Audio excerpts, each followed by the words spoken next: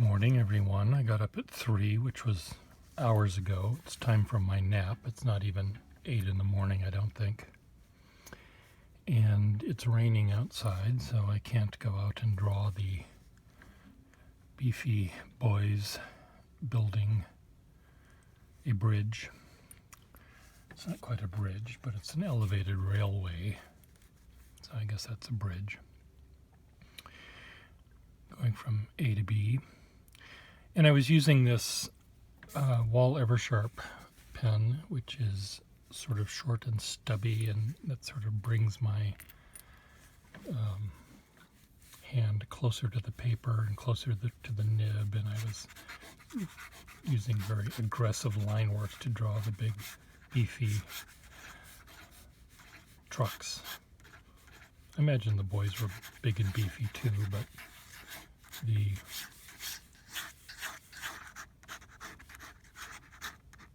I didn't go there. Contrary to some beliefs, I can restrain myself. So anyway, these trucks, some of the steam shovel-y things were on tractor treads. Sometimes they were on big round wheels. And I was just having all sorts of fun drawing. And of course not of course, but they weren't holding still for me. They were always moving. So there was this two-wheeled bulldozer here. It had a little American flag on its little bulldozer part, so we know that this is America. And this truck, this backhoe had a little tiny bulldozer here, but it was just, I don't know, tiny. It was a tiny bulldozer plow thing here. But it had a big, claw thing with teeth, bucket thing with teeth, and it was pushing it back like this. A big boulder into the bucket of the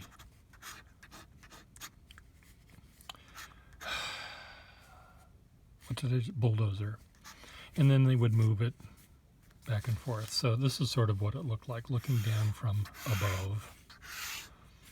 Here's the bridge that they're building. Here's the hole that they dug. Here's where this thing is. And then it would fill up somehow this scoop with dirt and debris and big boulders, and then this thing would move it all the way over here and put it in a pile. But they also had a really cute dump truck, and it was a dump truck that maybe would hold as much as a minivan.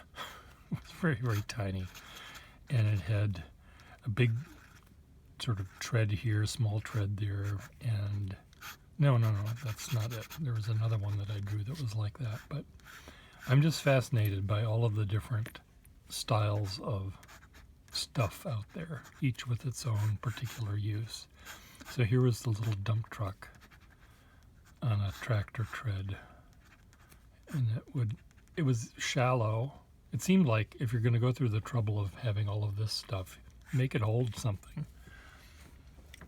Maybe it's built to hold one really big boulder that sort of wouldn't fit in if it went into a regular dump truck that had a high side to it, it would stick out over the top and make it not balanced. The weight of center of gravity would be too tall and it would fall over, and then there'd be a disaster and there'd be a wreck, and the boulder would fall down and trap a little old lady and her cat, and then we'd have to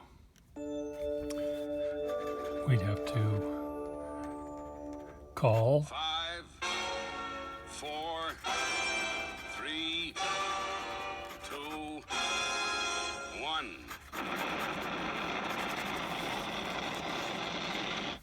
Thunderbirds are go. we'd have. There's the little old lady who fell.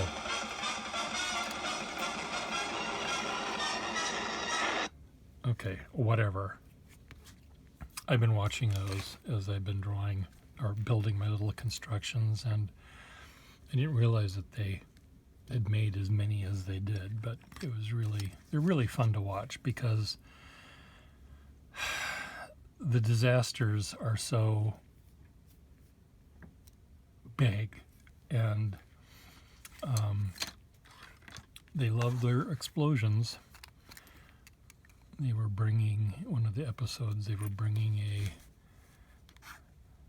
rocket ship that already had the astronauts in it to go to Mars. And just to add a little more confinement to them, they were in the rocket ship as the rocket ship was being transferred from one part of England to another part of England slowly, and to be launched. Now, why they couldn't just be sleeping in late, I don't know, but they weren't. So it was going across this suspension bridge, and right about here is when everything started falling apart. But right here, this thing, the cables snapped and stuff like that. But first, they just can't snap. That's not dramatic enough. There was this explosion.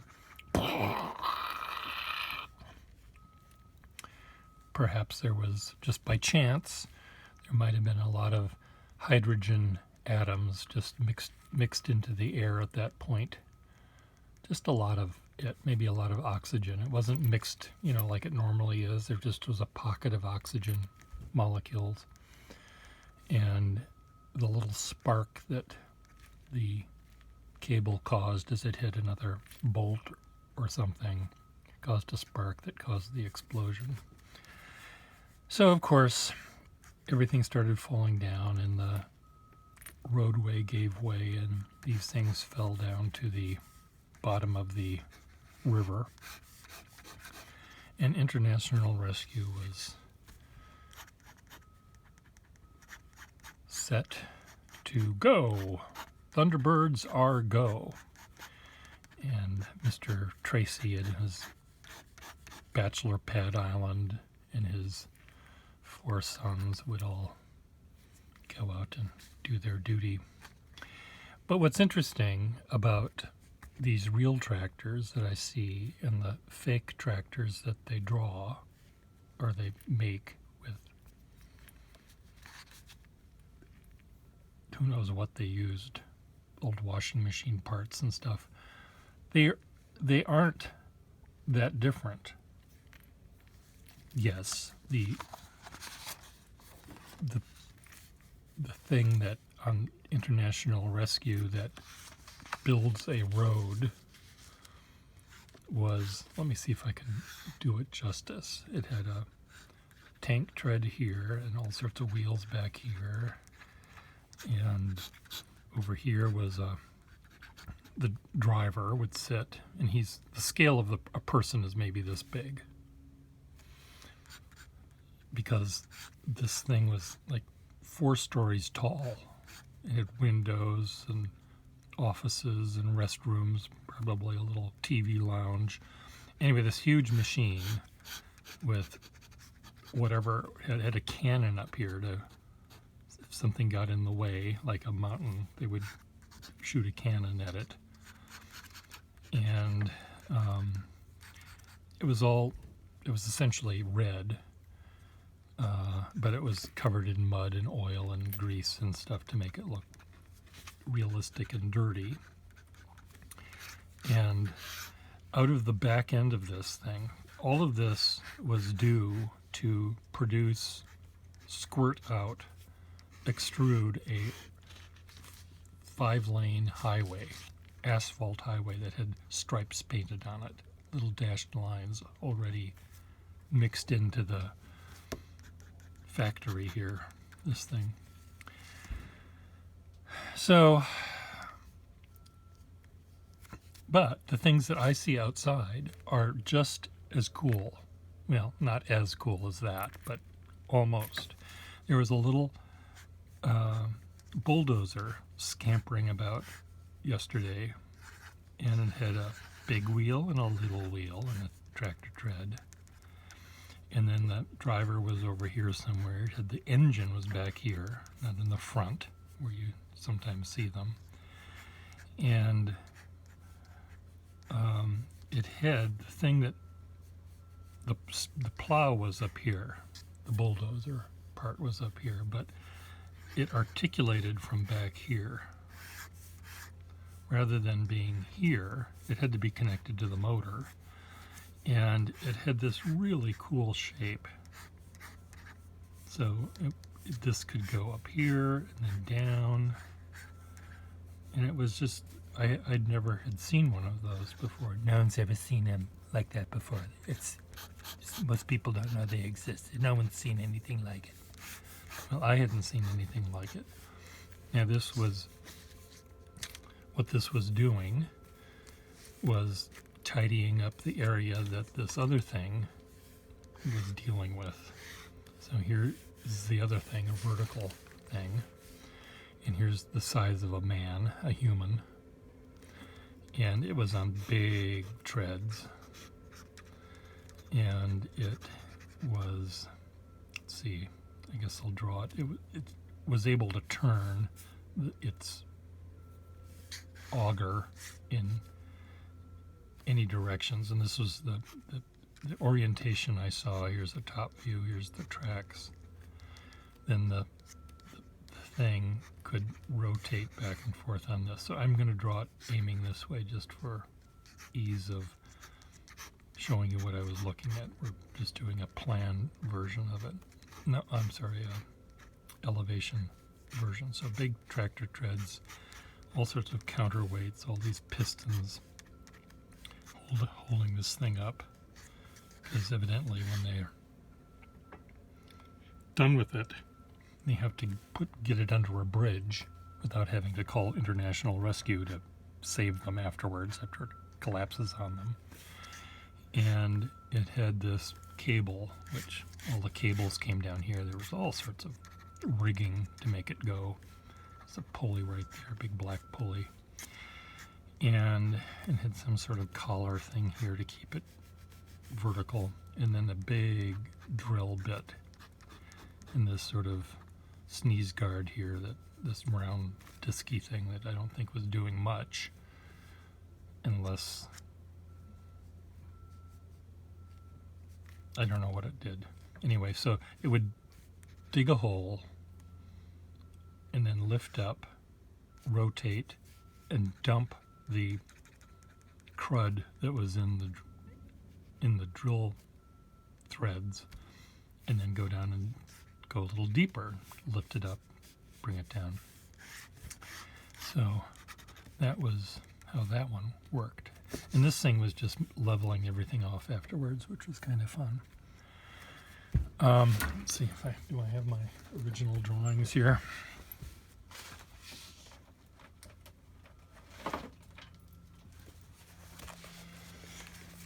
Oh dear. So here's the auger. And I was using, in this case, I was using Arteza pens that were drying out of ink. So you had a very charcoaly, sort of dirty look. So here's a man, here's the big treads, here's the auger going into the hole, here's the little sneeze guard. I think I truncated the size of that a little bit. There it is again. Again, it's shorter than it should be. I live in a very industrial part of Somerville, and we're surrounded by railroad tracks on 3 of the sides, and it's not pretty by any stretch of the imagination, but it is interesting. The drawings that you do are really, I think, interesting. So near my house we have an overpass of a highway. So this is all the underside of a bridge, and then these are the piers that are holding up the bridge. And then there's this chain link fence stuff that exists everywhere in Somerville right now. And chain link fence is among the ugliest things in the world. But when you draw it, it's actually quite beautiful if you start looking at it, that how the chain in some cases makes the thing behind it seem darker. Sometimes the chain is lighter than the background, and that's really kind of fun. Now, where did my other drawing go? I didn't bring all of them up, I guess. This one I liked. This is a road, there's my building. This is a road that we call the Scary Way, which is aptly nicknamed the Scary Way. It actually, I don't know if it's McGrath Access Avenue or something like that. It may have a real name, but so I was at the edge. If you were on the bridge and dropped a penny or any denomination, it would hit me right in the middle of the head, right in my bald spot. It's because I was looking straight up at the edge of the bridge. And these are the piers going off this way. Here's Boston in the distance, and then there's the darkened underside of a bridge. And I loved the shadow that it cast on the road. And I walked a few feet that way to get a little closer to the chain link, and there's a tractor over there, and here's I moved this way, so the underside of the bridge is all of this. And the chain link fence, you see there's something creating a shadow over here. These are shadows, and it's a lot of fun. I can't wait to go out later today and do more with my trusty Wahl pen. Someone posted in the fountain pen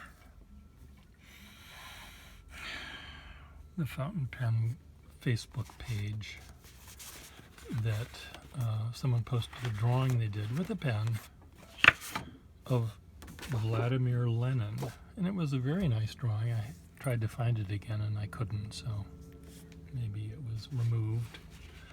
But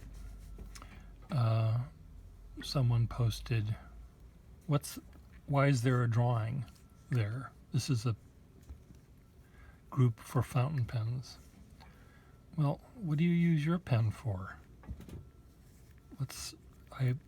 So I specifically went out with my Big Butch pen and drew the Big Butch trucks and the Big Butch boys to show that these pens are not just pretty things to look at,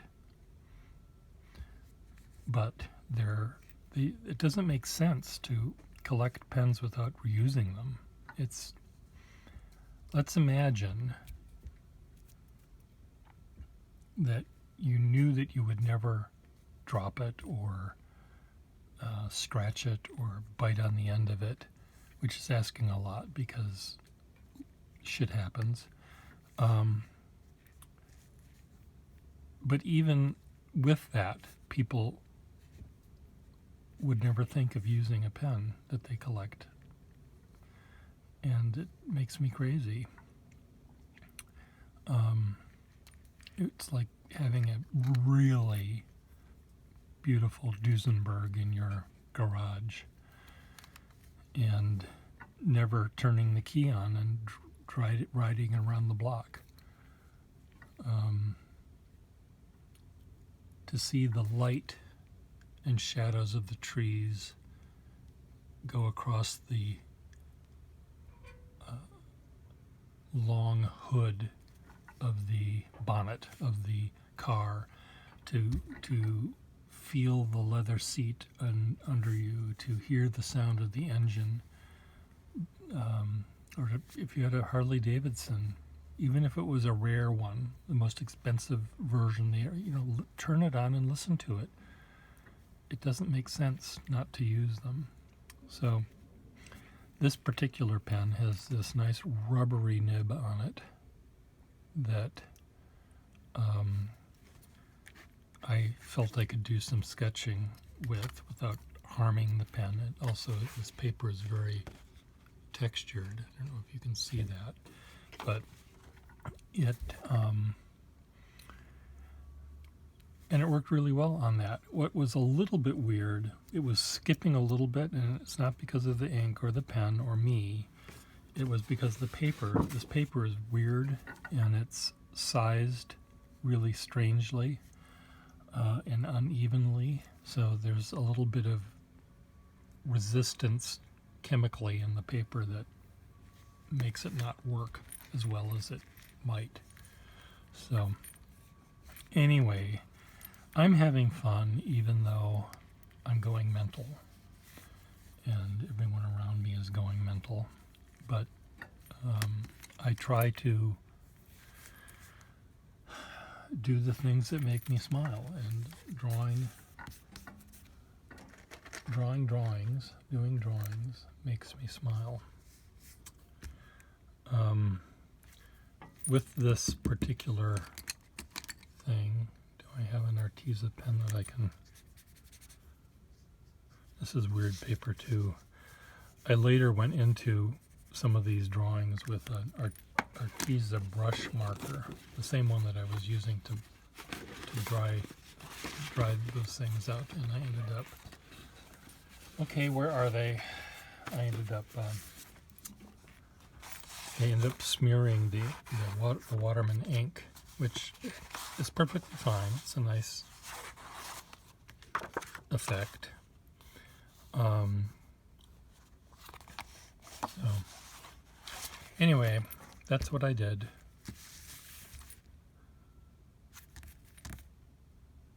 Do I need international rescue to move my fat butt off this chair and waddle over to where I need to go next?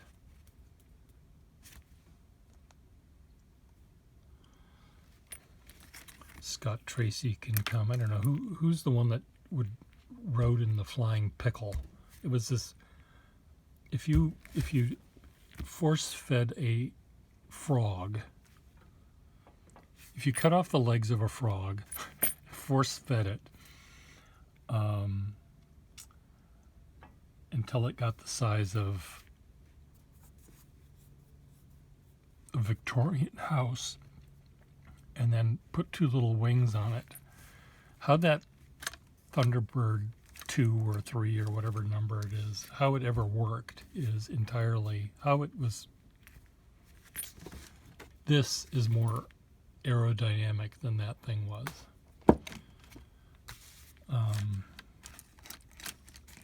It's just funny. All of them were funny. The whole show was funny, but it makes me smile. Not in the way that you think it does. It brings out the 14-year-old boy in me. Pimples and all. Bye.